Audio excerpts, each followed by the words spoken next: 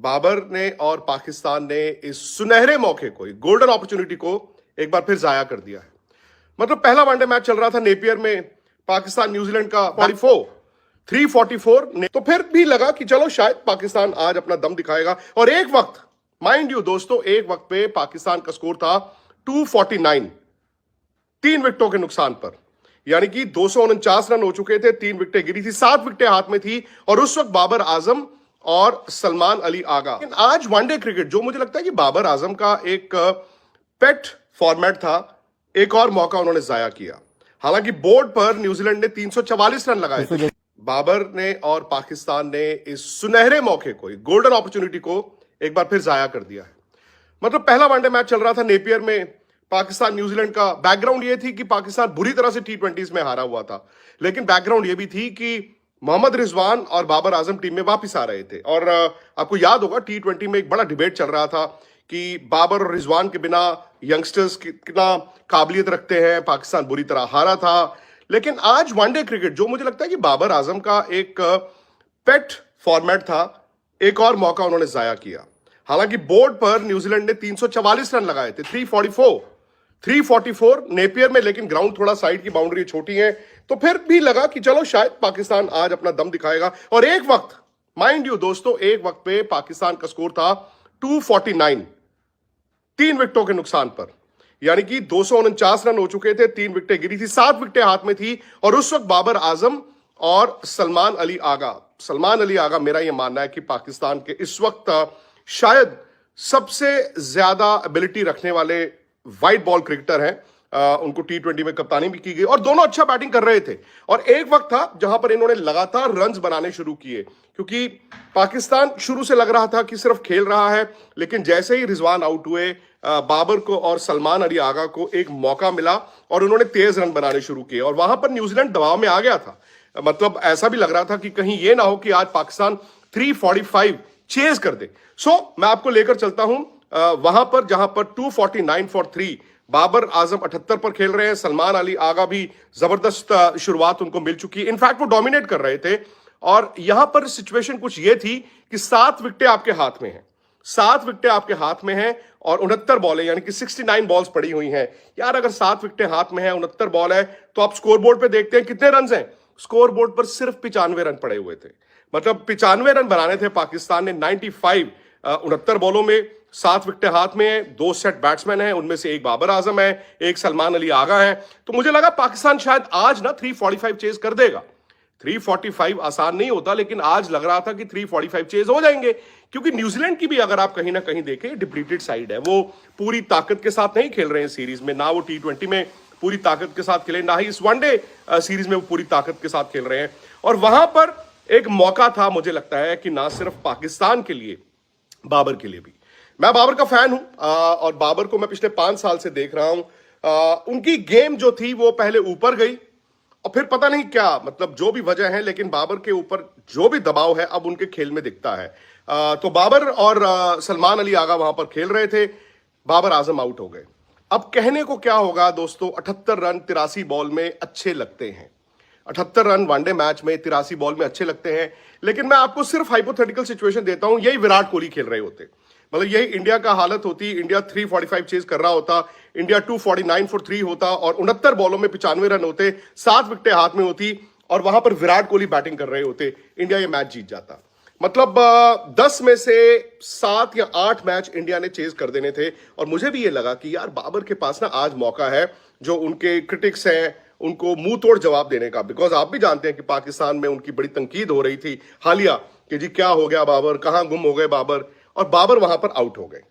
अच्छा, बाबर का आउट होना था, और उसके बाद क्या हुआ, अगला खिलाड़ी आके रन आउट हो जाता है, उससे अगला खिलाड़ी आउट हो जाता है, और अचानक से जहां पर आपकी 3 विकेटें थी, आपको बोर्ड पर 6 विकेटें दिखती है, फिर वो 6 7 हो जाती, 8 हो जाती, 9 हो जाती, 10 हो जाती हैं। पाकिस्तान पूरे ओवर नहीं खेल पाया। पाकिस्तान 271 रनों पर ऑल आउट हो गया।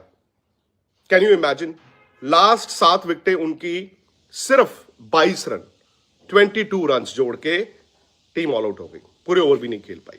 मतलब ऐसे मौके ना कभी कभी मिलते हैं, और मेरा यह हमेशा मानना है कि यार आप गुड बैट्समैन से ग्रेट बैट्समैन का जब ट्रांजिशन करते हैं तो ऐसे मौकों से करते हैं। बात तो रनों की होती ही है कि आपने रन बनाए, लेकिन जब इस तरह का मैच आप जीतते हैं या जिताते हैं तो वो पारी यार आपको कहां से कहां ले जाती है। और शायद बाबर और सलमान आगा आज उस मौके को वेस्ट कर गए।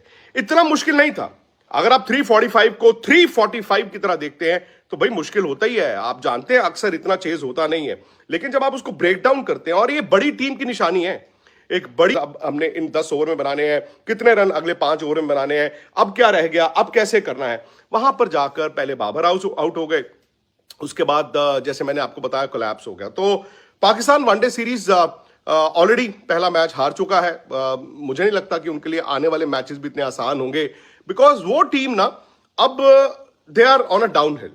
और पाकिस्तान के फैंस इस बात को जरूर समझेंगे और समझते होंगे भी कि उनकी टीम में कोई दिक्कत तो है, वो हार का डर है, फियर ऑफ फेलियर है, या जो भी बात है। मुझे लगता है कि अब ना कुछ प्लेयर्स उस चीज को झेल नहीं पा रहे हैं। आपके रन आते हैं, रन बड़े जरूरी होते हैं यार, रन जो है वो आपको और आपकी टीम को मदद करते हैं, लेकिन यार कभी कभी ना आपको उस तरह की पारी खेलनी होगी जहां पर आप कहते हैं कि नहीं मैं निकल गया। और मुझे याद है इंडिया की एक फेयरली यंग वनडे टीम थी, ये मैं 2013 की आपको बात याद करा रहा हूं, और आपको याद होगा ऑस्ट्रेलिया की टीम इंडिया आई थी, और उसमें क्या हुआ था, 2 ऐसे मैचेस थे जहां पर 350 ऑस्ट्रेलिया ने बनाए थे, और इंडिया ने वो 350 2 मरतबा बैक टू बैक चेज किए थे। रोहित शर्मा, शिखर धवन और विराट कोहली, ये भारत का 1-2-3 होता था। और आपको याद होगा उस वक्त किस तरह से ये खिलाड़ियों ने जब ये मैच जिताने शुरू किए, मैच जिताने वाली पारियां खेलने की, तो फिर लोगों ने कहा अरे यार विराट कोहली क्या ग्रेट प्लेयर है, यार शिखर धवन क्या ग्रेट प्लेयर है, और रोहित शर्मा क्या ग्रेट प्लेयर है। और देखिए इन तीनों ने अरसा भारत के लिए रूल किया, राज किया। शिखर धवन आज टीम में नहीं है, बट आप सब जानते हैं उनके रिकॉर्ड्स क्या हैं। रोहित शर्मा, विराट कोहली आज भी खेल रहे हैं, आज भी दुनिया उनसे थर थर का लगता है कि मौके होते हैं, और एक बड़ा प्लेयर ना इस तरह के मौके का इंतजार करता है कि कब मिलेगा मुझे इस तरह का मैच, कब मिलेगा मुझे इस तरह का मौका जहां पे मैं 345 चेज करूंगा। कहीं ना कहीं मुझे लगता है कि बाबर के हाथ से वो मौका फिसला है। रन जरूर बनाए उन्होंने, और हो सकता है कि आने वाले मैचों में आप देखें कि वो अपनी गलतियों से, मतलब पाकिस्तान की टीम अपनी गलतियों से सबक ले और बेहतर होकर आए। लेकिन यार ऐसे मौके बार बार नहीं मिलते कि जहां पर आपको चेज भी 345 कर रहे हैं और आपको लास्ट 69 बॉल में, 69 बॉल्स में सिर्फ 95 रन बनाने हैं। अगर आप उसको ब्रेक डाउन करें दोस्तों, मतलब 11.5 ओवर में अगर आपको 95 रन बनाने हैं तो आप अंदाजा लगाइए वो 8 के करीब, 8 सवा 8 की आस्किंग रेट है। और आजकल जहां पर T20 में 220, 230, 240 रन पार स्कोर होता जा रहा है, वनडे क्रिकेट में भी लास्ट 11 साढ़े 11 ओवर में 8 सवा 8 रन बनाना मुश्किल नहीं होता। तो वहां से आपकी टीम कोलैप्स हो गई, 22 रनों में सारी विकेटें गिर गई, और साथ ही साथ ये मौका उनके हाथ से निकल गया। पाकिस्तान के लिए आने वाला वक्त शायद थोड़ा और मतलब मुश्किल ही होगा, बिकॉज टीम का विश्वास नहीं है अपने पे। शायद टीम इनकी डिसजॉइंटेड भी है, और मोहम्मद रिजवान और बाबर पे बहुत कुछ निर्भर भी करता है। अब तजुर्बा भी है उनके पास, ऐसा नहीं है, एबिलिटी भी है, तजुर्बा भी है, लेकिन कोई ना कोई ऐसी कमी रह जाती है, विश्वास की कमी कह लीजिए या कुछ भी कह लीजिए। अब होगा क्या ना, आप झूलते रहेंगे ये गुड बैट्समैन, इस टीम के गुड बैट्समैन में। अगर आपको इस जनरेशन का ग्रेट बनना है तो आपको इस तरह के मैच जिताने हैं। भले वो, मैं नहीं कहता हूं हर मैच में आप 100 बना के ही मैच जिताएं, कभी कभी 22 not out, 28 not out, 35 not out, 40 not out, वो भी आपको गुड से ग्रेट ले जाते हैं, लेकिन मैच खत्म करने होते हैं। तो मुझे लगता है कि शायद पाकिस्तान इस बात को समझ रहा होगा कि अब उनकी टीम शायद, जो पाकिस्तान में एक मतलब अलग ही अंदाज का क्रिटिसिज्म होता है प्लेयरों को लेके, इन प्लेयरों को डरा दिया है। क्या होता है ना, जब आप जीतते नहीं हैं, जब आप फिनिश नहीं कर पाते हैं, तो आप में ना खुद की विश्वास की कमी क्या होती है। जब आपके सामने वो फिनिश लाइन भी होती है, आपको विश्वास नहीं होता कि हम क्रॉस कर पाएंगे कि नहीं, वहां पर घबराहट होती है। फिर वो मोमेंट ऑफ मैडनेस आता है, 5 मिनट, 10 मिनट, 15 मिनट, वहीं पर पाकिस्तान ये मैच हार गया। खैर, इस सीरीज पर हमारी नजर रहेगी, और अगर आप मेरी बात से इत्तेफाक रखते हैं, भले आप इंडिया में हैं या पाकिस्तान में हैं, बाबर के फैन हैं या रिजवान के फैन हैं, अगर आपको लगता है कि यह बात सही है तो प्लीज इस वीडियो को लाइक जरूर कीजिए और शेयर जरूर कीजिए, क्योंकि मेरा यह मानना है इन प्लेयरों में एबिलिटी है। और इनके पास एक और अच्छा प्लेयर आया है, सलमान अली आगा। सलमान अली आगा उस तरह के खिलाड़ी हैं जो कुछ साल पहले शायद शोएब मलिक और मोहम्मद हफीज इनके लिए काम किया करते थे कि यहां पे सिचुएशन है, ये मैच जिता देंगे। बट सलमान आगा को भी सपोर्ट चाहिए, और अगर बैठ के आप देखें तो उस टीम को यह देखना होगा कि हमारी कमजोरियां क्या है, हमारी वीकनेसेस क्या है, उन वीकनेसेस को कम कैसे किया जा सकता है। आई डोंट नो, सिलेक्शंस पे मैं बात नहीं करना चाहूंगा बिकॉज ऑलरेडी उस पर तो लोग इतनी बात कर चुके हैं। लेकिन जब मैदान में पहुंच ही गए, 11 सिलेक्ट हो ही गई, मैच हो ही गया, 344 खा ही लिए और फिर 95 रन रह गए 69 बॉल में, 7 विकेटें हाथ में।